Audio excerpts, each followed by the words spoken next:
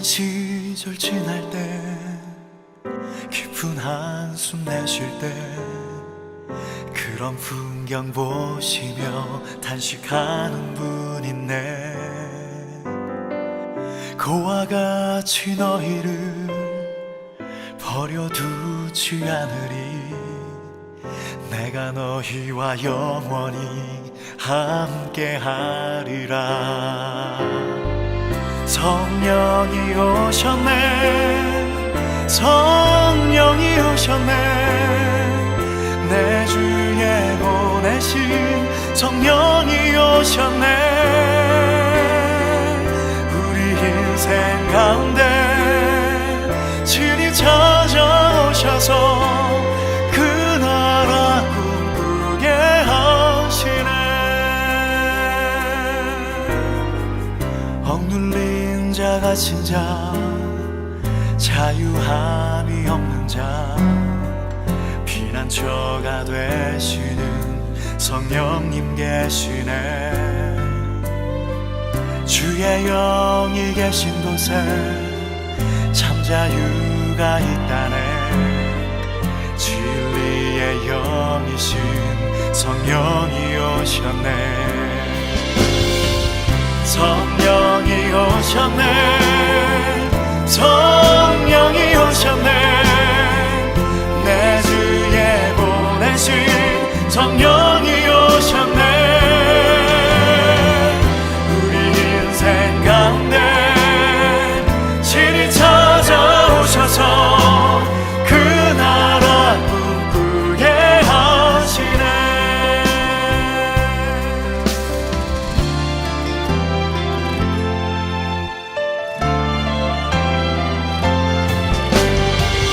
성령이 오셨네, 내 주에 보내신 성령이 오셨네. 우리 인생 가운데 친히 찾아오셔서 그 나라 꿈꾸게 하시네.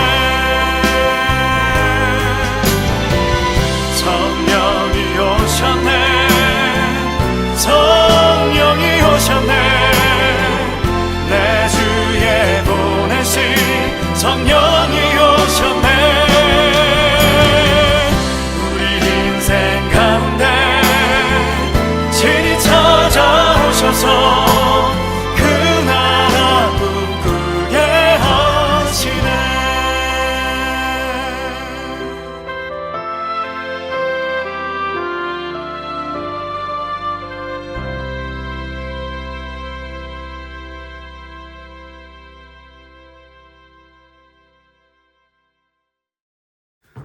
오늘 우리에게 주신 하나님의 말씀은 로마서 8장 22절에서 29절까지의 말씀입니다. 다 같이 화면을 보시면서 함께 읽겠습니다. 모든 피조물이 이제까지 함께 신음하며 함께 해산의 고통을 겪고 있다는 것을 우리는 압니다. 그뿐만 아니라 첫 열매로서 성령을 받은 우리도 자녀로 삼아 주실 것을, 곧 우리 몸을 속량하여 주실 것을 고대하면서 속으로 신음하고 있습니다. 우리는 이 소망으로 구원을 얻었습니다. 눈에 보이는 소망은 소망이 아닙니다. 보이는 것을 누가 바라겠습니까? 그러나 우리가 보이지 않는 것을 바라면 참으면서 기다려야 합니다. 이와 같이 성령께서도 우리의 약함을 도와주십니다. 우리는 어떻게 기도해야 할지도 알지 못하지만 성령께서 친히 이루다 말할 수 없는 탄식으로 우리를 대신하여 간구하여 주십니다. 사람의 마음을 꿰뚫어 보시는 하나님께서는 성령의 생각이 어떠한지를 아십니다. 성령께서 하나님의 뜻을 따라 성도를 대신하여 간구하시기 때문입니다. 하나님을 사랑하는 사람들, 곧 하나님의 뜻대로 부르심을 받은 사람들에게는 모든 일이 서로 협력해서 선을 이룬다는 것을 우리는 압니다. 하나님께서는 미리 아신 사람들을 택하셔서 자기 아들의 형상과 같은 모습이 되도록 미리 정하셨으니 이것은 그 아들이 많은 형제 가운데서 맏아들이 되게 하시려는 것입니다. 아멘. 하나님께서 이 말씀을 통하여 우리에게 은혜 주시기를 원합니다. 하나님의 크신 사랑과 은총이 여러분의 삶에 함께 하시기를 빕니다. 오늘은 열방주의와 성령의 탄식이라는 제목으로 함께 하나님의 말씀을 나누겠습니다. 최초의 교회는 성령에 의해서 만들어진 공동체였습니다. 제자들이 마음을 하나로 모아서 만든 공동체가 아니라 성령님께서 제자들을 통해서 직접 만드신 공동체가 바로 교회입니다. 따라서 교회는 성령님에 의해서 시작되었다고 할 수 있습니다. 그런데 교회가 성령님에 의해서 만들어졌다는 사실이 열광주의자들과 신비주의자들에 의해서 왜곡되고 변질되는 경우가 많이 있었고, 또 이런 일들은 현대의 교회에서도 계속 일어나고 있습니다. 열광주의자들과 신비주의자들은 성령과의 직접적인 소통을 강조하며 신학과 교회의 전통을 무시합니다. 이들에게 나타나는 공통적인 특징이 두 가지가 있습니다. 첫째, 이들은 다른 사람들보다 뜨거운 신앙 체험을 강조하며 그렇지 못한 신앙인들을 무시하거나 배척합니다. 예수천당, 불신지옥과 같은 극단적인 구호를 외치지만 정작 삶의 자리에서 예수님의 사랑을 얼마나 실천하는지는 모르겠습니다. 둘째는 개인의 신비적이고 초월적인 신앙을 강조하지만 구체적인 세상의 역사와 현실 앞에서는 침묵하거나 외면한다는 점입니다. 세상에 억울하고 고통당하는 사람이 넘쳐나도 무조건 예수님의 영광에 참여한다는 그런 사실에만 매달립니다. 이들은 십자가 없이 부활의 영광만을 누리려고 하는 자들입니다. 그리고 이렇게 열광주의적이며 신비주의적인 왜곡된 신앙의 형태가 유독 한국 교회에서 강하게 영향을 미치고 있습니다. 이들은 겉으로 드러난 성령의 은사에 집중합니다. 그래서 방언과 치유의 은사, 그리고 예언이나 입신 등을 강조합니다. 이런 은사들을 많이 가지고 있으면 믿음이 강한 사람이고, 이런 은사가 없으면 믿음이 부족한 사람이라고 평가합니다. 그리고 일부 교회에서는 방언을 하지 못하면 아직 구원받지 못한 사람이라고 말하기도 합니다. 방언이 구원의 증거라고 주장하는 것입니다. 그리고 이들의 가장 큰 특징은 오직 자신들만이 성령님의 직통 계시를 받을 수 있다고 강조하며 다른 그리스도인들을 무시하거나 인정하지 않는 점입니다. 성령의 은사를 강조하는 이런 신앙의 형태가 모두 잘못된 것은 아닙니다.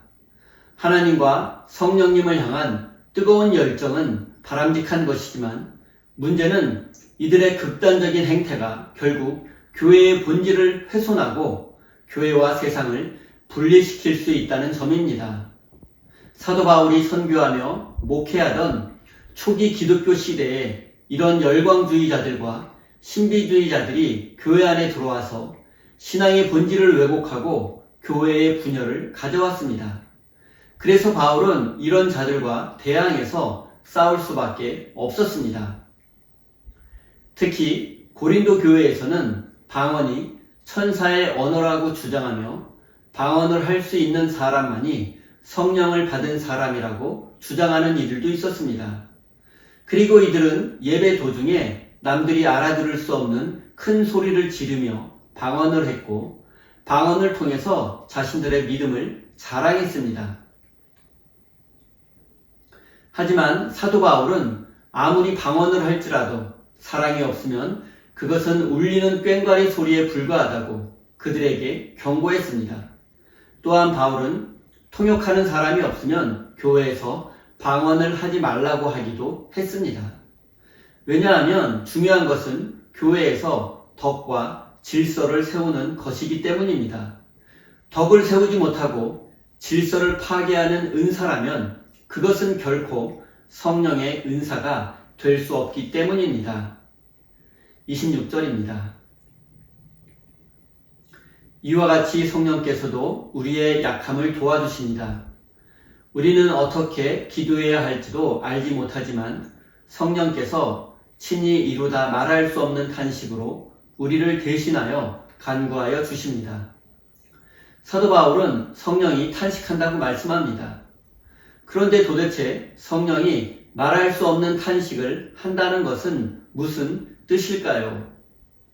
탄식이란 말로 다 표현할 수 없는 그런 슬픔과 안타까움을 의미합니다. 말문이 막히는 슬픔입니다.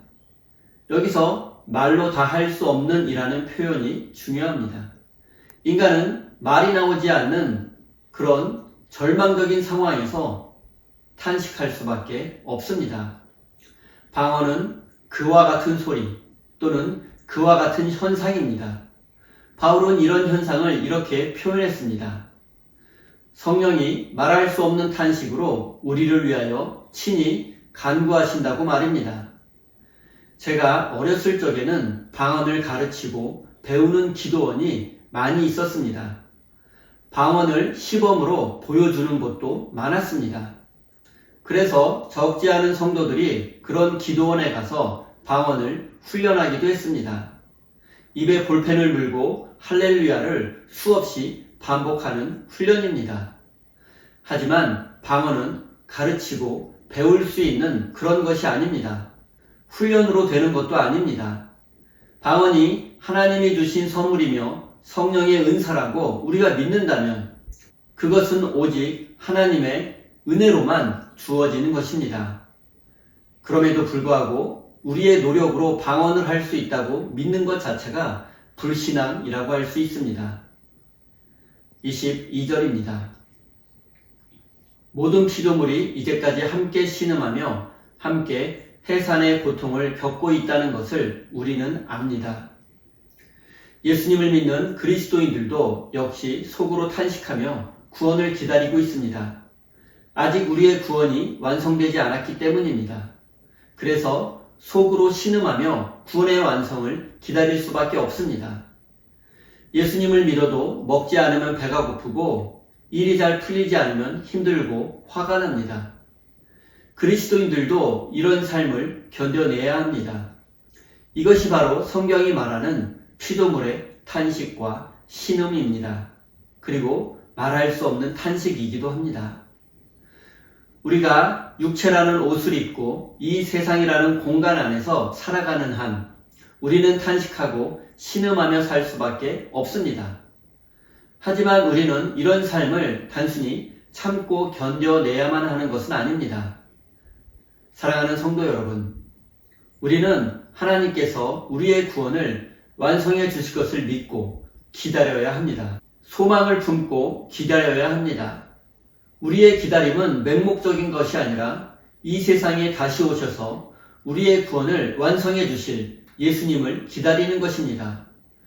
그리고 우리는 기다릴 수 있습니다. 왜냐하면 우리의 모든 삶을 아시는 성령님께서 우리를 위해서 말할 수 없는 탄식으로 기도해 주시기 때문입니다. 사랑하는 우리 세임교회 성도 여러분, 성령님께서 우리를 위해서 간구하고 계신다는 사실을 믿으시고 탄식할 수밖에 없는 삶의 자리에서 용기를 내어 승리하시는 믿음의 사람이 되시기를 예수님의 이름으로 축원드립니다. 우리 다 함께 주신 말씀 가슴에 새기며 기도의 자리로 나아가겠습니다.